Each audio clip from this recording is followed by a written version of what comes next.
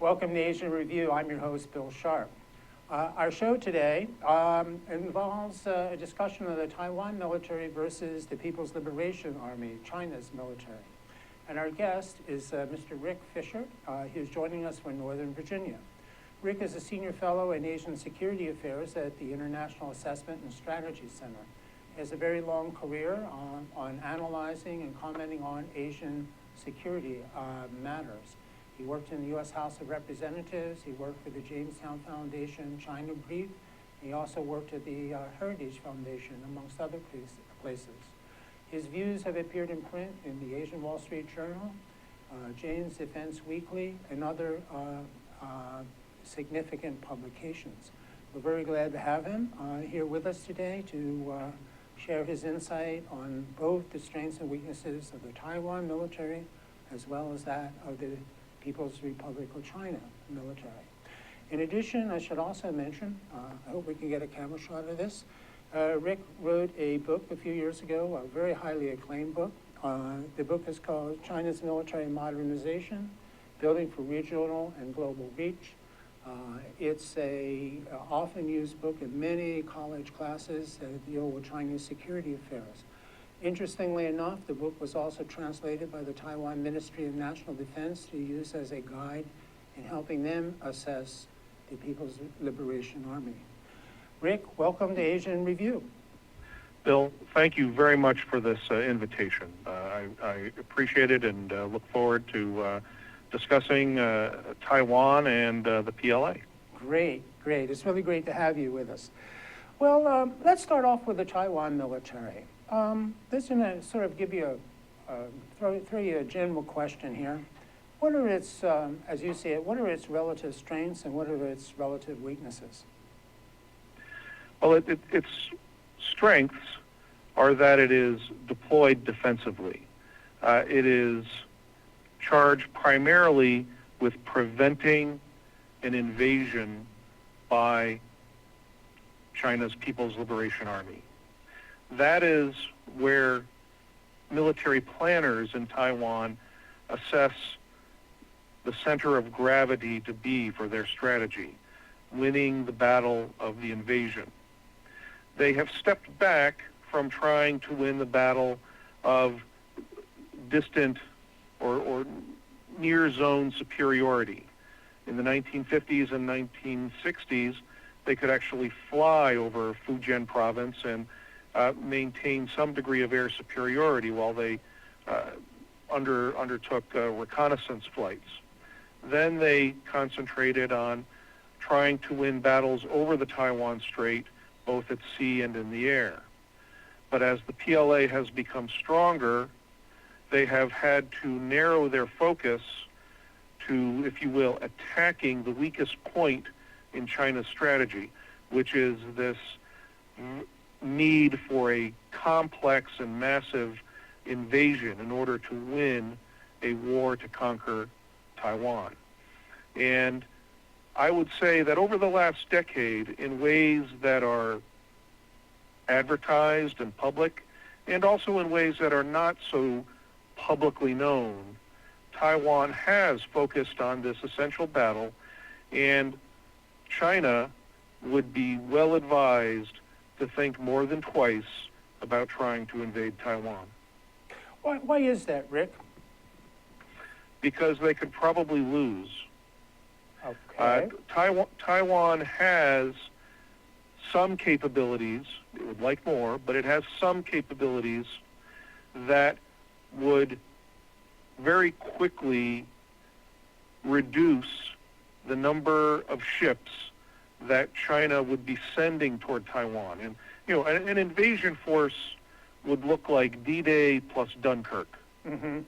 There would be a large number of formal Chinese Navy ships that would be transporting forces, troops, tanks, systems, artillery, but there would be a far larger number of civilian ships, or ships that are run by and manned by civilians, but are mobilized for China's maritime militia.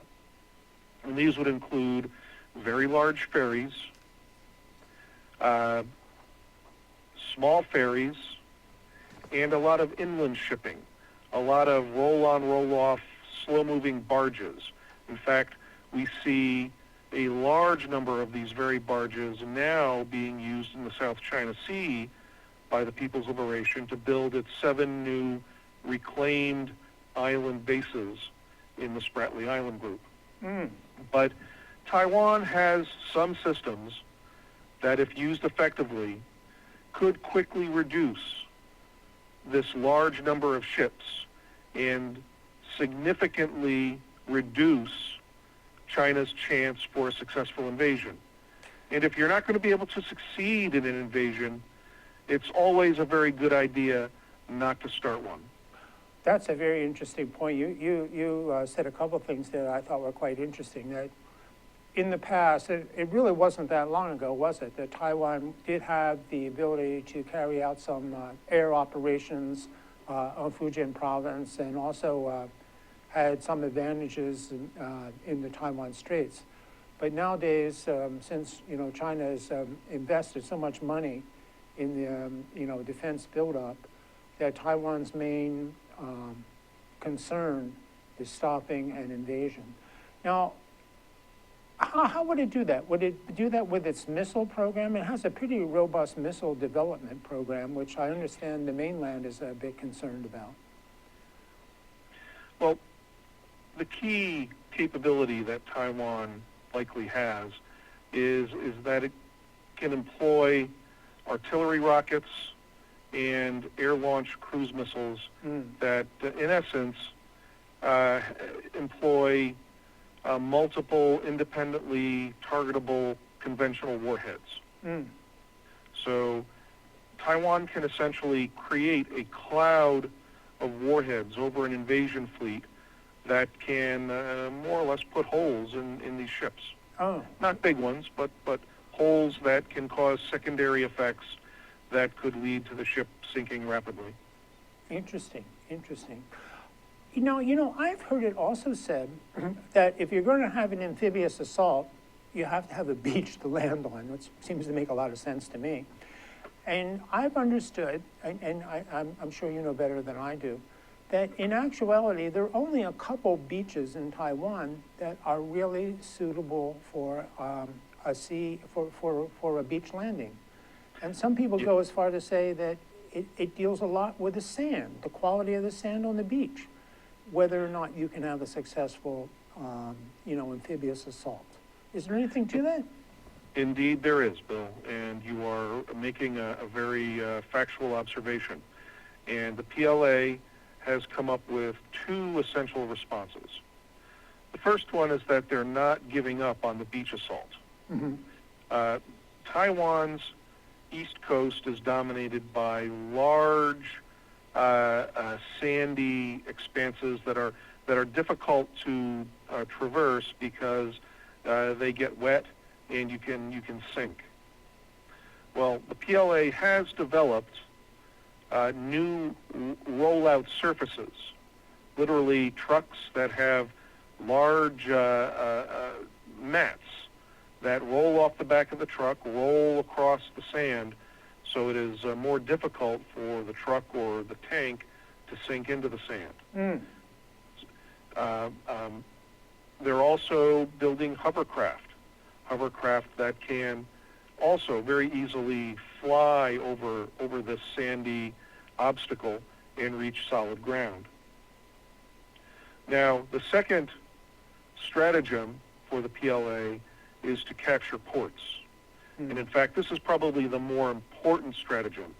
The success of their invasion, in fact, almost relies entirely on their ability to capture 2 or more ports so that they can properly utilize their much larger fleet of roll-on, roll-off ferries and other roll-on, roll-off ships. So airborne forces will be very critical in capturing these ports, followed up by seaborne special forces, submarine-borne special forces, and once you've captured a couple of jetties, then you can bring in your ferry, unload a larger number of very light combat or armored vehicles and extend your perimeter of control so that more of the port you capture, the more ships you can start unloading, the faster you can change the numerical tide of the local battle and secure the entire port, and then plan for your breakout. Interesting. A point that's concerned me a bit about the Taiwan military is, well, there are actually a couple of things that concern me. But I've heard some rather pessimistic assessments of the Taiwan reserve system.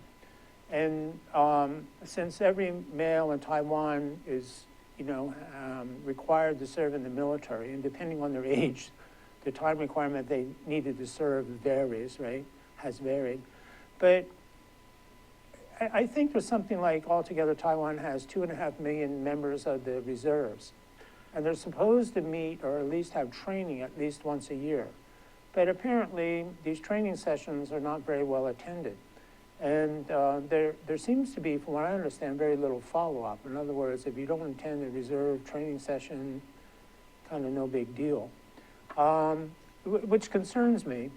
And also understand, on the other hand, even if all the reserves were to attend the reserve training, there probably is an insufficient amount of equipment to equip those participating in training. So, what's your take on that? What's your insight on the reserve system of Taiwan? Well, Bill, I think your observations are very good. It is indeed a complex and an expensive proposition for Taiwan to maintain an up-to-date and active reserve component. And I know that many in Washington would be more comfortable in their assessment of the balance on the cross-strait military balance if Taiwan's had been investing more in at least maintaining some component of its potential reserve. Even if there had been a concentration on, let's say, focusing on a 10-year cadre and providing some minimal updates so that cadre would be more or less quickly familiar with the current weapons being used and could quickly perform a range of duties both in using and supporting those weapons. However, that said, I think we also have to consider that the 2-year mandatory enlistment for the average Taiwan male leaves quite an impression. That once you've spent a year and a half on a range blasting away with the Taiwan equivalent of an M16, you're not going to forget that experience very quickly. And if you're running down a street and somebody throws you an M16, you're going to be able to use that weapon almost immediately. You'll know what to do with it. That condition will hold for the rest of your life. Interesting point. We're going to go to break now, Rick, and you're watching Asia in Review. I'm your host, Bill Sharp. Our guest today is Mr. Rick Fisher, joining us from Northern Virginia. Rick is an internationally recognized expert on Asian security affairs. We have been talking about the Taiwan military, its state of readiness, its strengths and weaknesses. When we come back, we'll talk about that a little bit more, and then we'll move on and talk about the PLA. Don't go away. We'll be right back. Hi, Jay. Hi, Keith.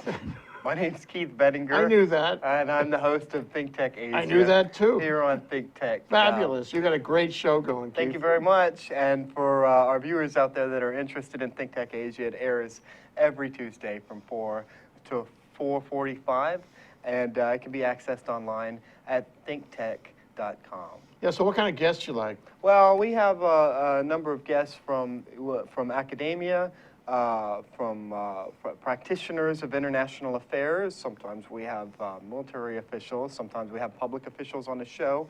And our goal, we try to talk about current issues in South Asia, Southeast Asia, East Asia, and Central Asia, all throughout the Asian realm in more depth than you would find in traditional mainstream That's the media. difference, isn't it? Exactly. That you're reaching out beyond what ordinary news media would do. Right. And that's why we like you so much. We're trying to provide a thinking person's perspective, an intelligent perspective on what's going on, and we're both sides of the story, or even when there's more than two sides, we try to cover every angle.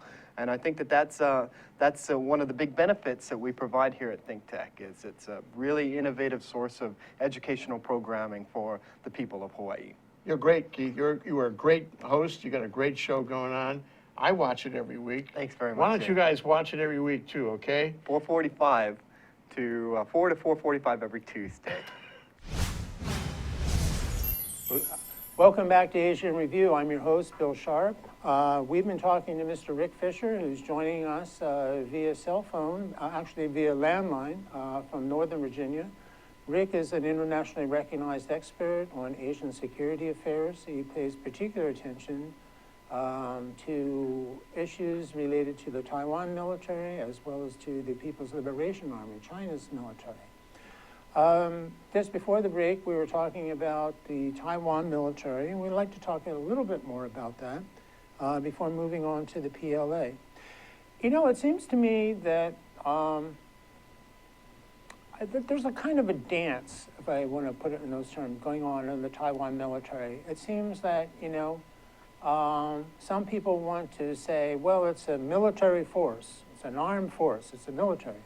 And other people want to suggest it should be more like a humanitarian force, that its main concern in life should be dealing with emergencies, humanitarian issues. Taiwan has lots of typhoons every year.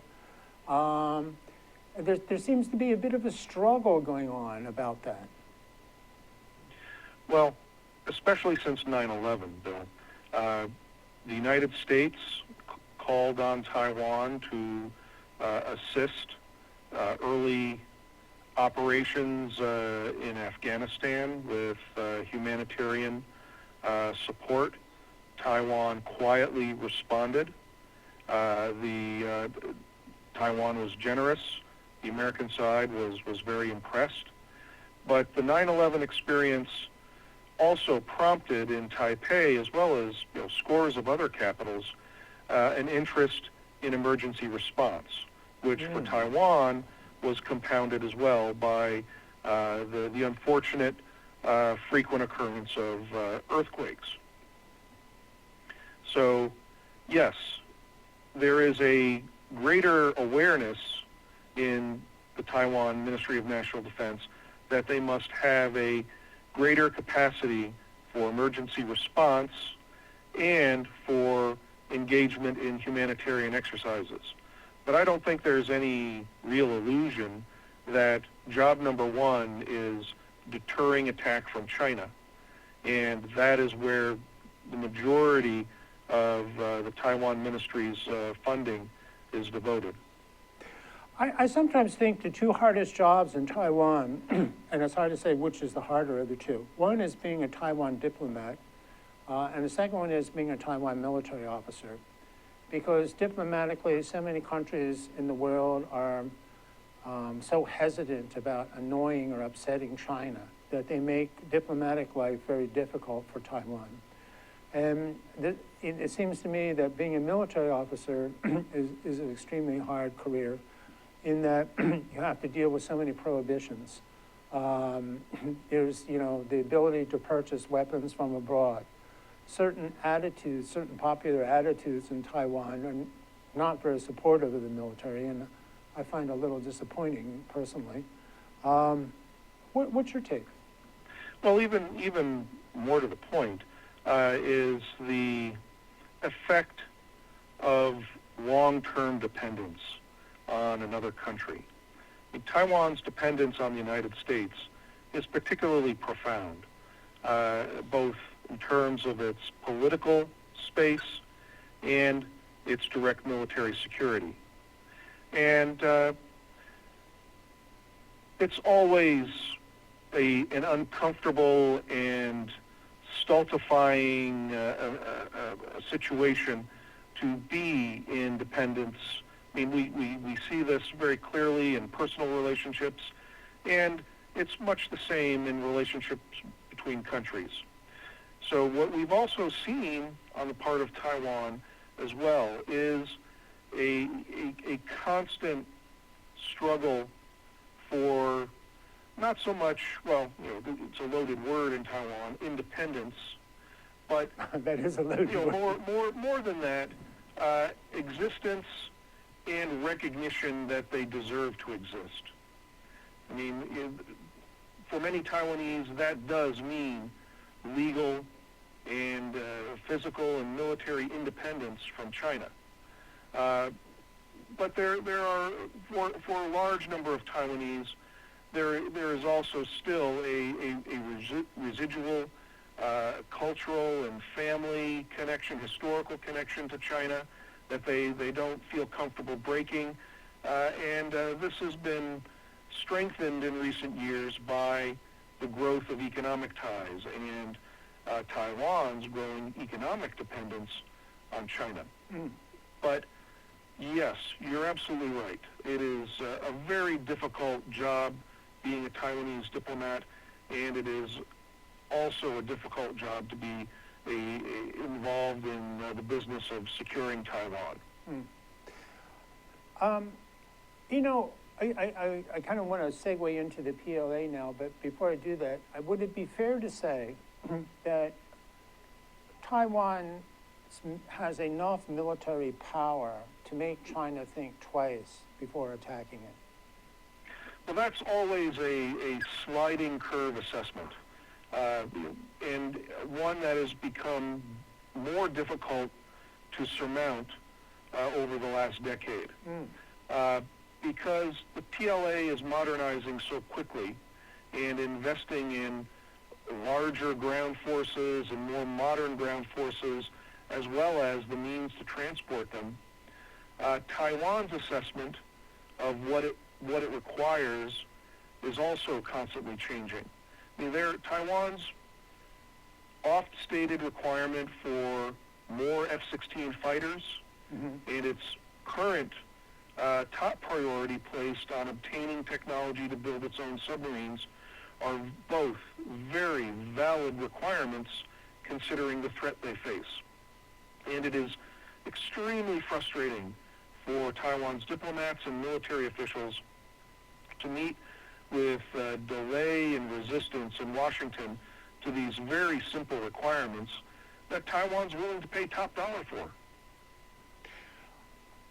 I agree with you. I think Taiwan does need new submarines. It's obvious it needs new submarines. One doesn't have to know anything about submarines to realize that Taiwan's submarine fleet is pretty much obsolete. Well, have you toured the Guppies? No, I haven't, but I've talked to people who have. Those are really museum pieces. I was privileged enough to walk through one almost 20 years ago, and I have to tell you that you can't walk through that submarine, that World War II submarine, one of 4 that Taiwan has, and not be holding back tears by the time you're finished, because you understand these are death traps for these sailors who are 1,000% committed to using that boat for as long as they are able to defend their country. One could say the same thing about the F-5s that are still in the Taiwan Air Force, couldn't they? Well, the F-5 is a different character. I mean, Taiwan could have invested some money in giving it more modern short-range air missiles. But right now, they're largely used as a training platform for pilots who quickly move on to F-5s, FC-1s, or the Mirage 2000s. But the F-5 is a small plane. It's got a small radar signature, and at certain fuel weights, it is very maneuverable and has excellent acceleration. So if pitted against a comparable Chinese fighter like the J-7, a modern version of the Soviet MiG-21, the F-5 could acquit itself very well. Oh, that's good to know. But it shouldn't be used against China's newer 4th-generation fighters. in the event that, you know, China, and this might never happen, but let's just say it does, that China does launch an assault, an amphibious landing on Taiwan, or attacks Taiwan, what is the U.S. likely to do? I mean, in which way would they respond if they chose to respond? What would you imagine?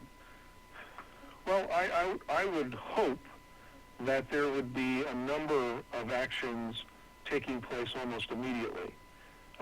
First and foremost, we have to evacuate our nationals. I don't know exactly how large the American expat community is in Taiwan, but it's fairly substantial. And the planes that fly in to evacuate Americans ought to be loaded with medical or military supplies to help Taiwan continue its resistance. At the same time, there should be military operations in support of Taiwan. But in order for that to happen, American combat aircraft, ships, and submarines have to get there. And that's the battle that China has been concentrating on for over 20 years. And they are now deploying an array of systems to win that distant battle to prevent the Americans from reaching Taiwan. There's that 2-week window that they always talk about. And this, Well, this is what you're alluding to, I think.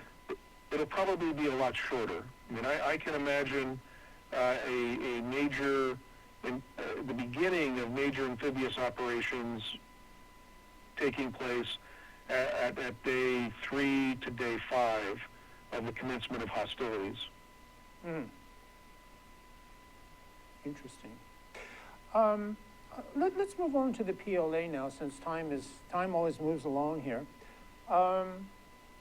People typically, when they talk about the PLA, they say one of its great strengths is the second artillery. To me, that seems to be somewhat patterned after the Russian strategic rocket forces. Is it as formidable as we're often led to believe? Well, here's my thumbnail assessment. China will be contesting all military spheres simultaneously if it decides to go after Taiwan. It will be contesting American dominance in space.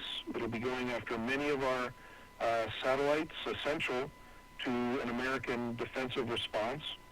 It will be contesting the air, and it will be using a variety of missiles, medium-range anti-ship ballistic missiles that could hit aircraft carriers or large ships. It'll be launching anti-ship cruise missiles from bombers and submarines and surface ships as well. And it will be flooding the skies with increasing numbers of fourth-generation fighters and, starting early in the next decade, fifth-generation fighters. China will probably have, according to some estimates, mine included, between 1,500 and 2,000 fourth-generation fighters by 2020. That's a lot. That is a lot. And even if half of that was concentrated on the Taiwan battle, it would be very difficult for the United States to deploy sufficient number of fighters to have the beginning of a chance of wresting control of the skies. I mean, almost immediately, the United States would have to be engaged in preventing the use of Chinese bases that are very close to Taiwan, or if we don't want to do that, risking an escalation of war with China, then we have to get very serious about providing Taiwan with the means to almost immediately eliminate and prevent China's use of those nearby bases. We're going to take another break here. You're watching Asia in Review. I'm your host, Bill Sharp. Our guest today is Rick Fisher. He's joining us from Northern Virginia. Rick is an internationally recognized expert on Asian security matters. We have been talking about the strengths and weaknesses of the Taiwan military, and just as we take the break here, we were in the midst of talking about the strengths and weaknesses of China's People's Liberation Army. We'll be right back. Don't go away. Hi, I'm Ethan Allen. I host Likeable Science on ThinkTech Hawaii, and I do this because I care about science literacy in Hawaii. I want to spread the understanding that science is a vital and interesting part of everyone's life. I want to make sure the broadest possible spectrum of people understand the beauty and the value of science and realize that science plays out each and every day of their lives. I want you to understand that science is fun. So we bring onto this show each week guests who are scientists, from astronomers to zoologists, and we talk about what they do and how they do it. But most importantly, we talk about why you should care about their work, why you should see that their work has value and impact on your life. So I hope you'll join us Fridays, 1 p.m. here on ThinkTech Hawaii. You can watch us via live stream. You can watch us recorded on Olelo, and you can see us each week. We hope you'll join us. Welcome back to Asian Review. I'm your host, Bill Sharp. I've been talking to Mr. Rick Fisher. Rick is joining us from Northern Virginia. He's an internationally recognized expert on Asian security affairs. Before the break, we were talking about, well, we actually finished up our segment talking about the Taiwan military, and then we moved on to the PLA and People's Liberation Army. We were talking about the PLA's 2nd Artillery, which a lot of people consider to be the most formidable part of the People's Liberation Army. It combines what you may call conventional rocket forces with nuclear weaponry, nuclear missiles, and that sort of thing. It's a very elitist unit within the PLA. Rick, are you back with us there? Yes. Okay, great. You know, when you read a lot of things about today's PLA, and there's always that word that comes up, is sort of, I can't use that word on the air, but it's sort of a bit of a mangled word, informatization, okay? And the PLA seems to be so big on this and spending so much money and effort and research on that. How did they see that as helping them in any kind of conflict, be it with Taiwan or India, or the United States, or whoever? But Bill, the PLA studied hard the lessons of the Gulf War and studied and determined that what was truly decisive was not only the American ability to deploy forces so rapidly and massively, but also to coordinate almost intimately military operations, especially joint or combined arms operations. And starting in the early 1990s, they set for themselves the goal of achieving similar capabilities to which they assigned, by the end of the 1990s, they assigned the term informationalization. Mm-hmm. So it's exploitation of the internet, it's exploitation of information in outer space, it's the development of long-range, short-range unmanned aircraft, it's the upgrading, digitalization of most military platforms, and it is the ability to actually practice more intimate combined arms operations, which the PLA has been doing progressively for over a decade. And it's the ability to combine, to link a national leadership to an increasingly intimate level of command in the field if they so choose. You know, let me just jump in here a second. So actually, cyber warfare is just a subpart of informatization, right? Yes. Okay, it's not a separate entity, it's a subpart. Okay. Yes, it's been developed. It's become such a massive enterprise by the Chinese, especially cyber espionage. Mm. But invading enemy electronic infrastructure networks, not only dismantling things, but perhaps exploiting them, taking control of them, is as much a goal for the PLA as it is for our side. Mm. Oh, that's an interesting point. Interesting point. Rick, you sent me a picture. I probably should have mentioned this earlier. Of a we have a picture though of that very modern aircraft, right? Could we put that up on the screen a second? Oh, okay. Well, let's just move on then. Okay. Where was I? Okay. What's your take on mill-to-mill relations? We hear so much at PACOM. We're here in Hawaii. I'm here in Hawaii, and meet different PACOM officials from time to time, and they always talk about mill-to-mill relations. We need mill-to-mill relations. But I don't want to sound pessimistic, but I'm just kind of wondering, what have mill-to-mill relations really achieved? Well, since the early 1980s, when we began talking to the People's Liberation Army on a non-adversary basis, really, for the first time, there has been an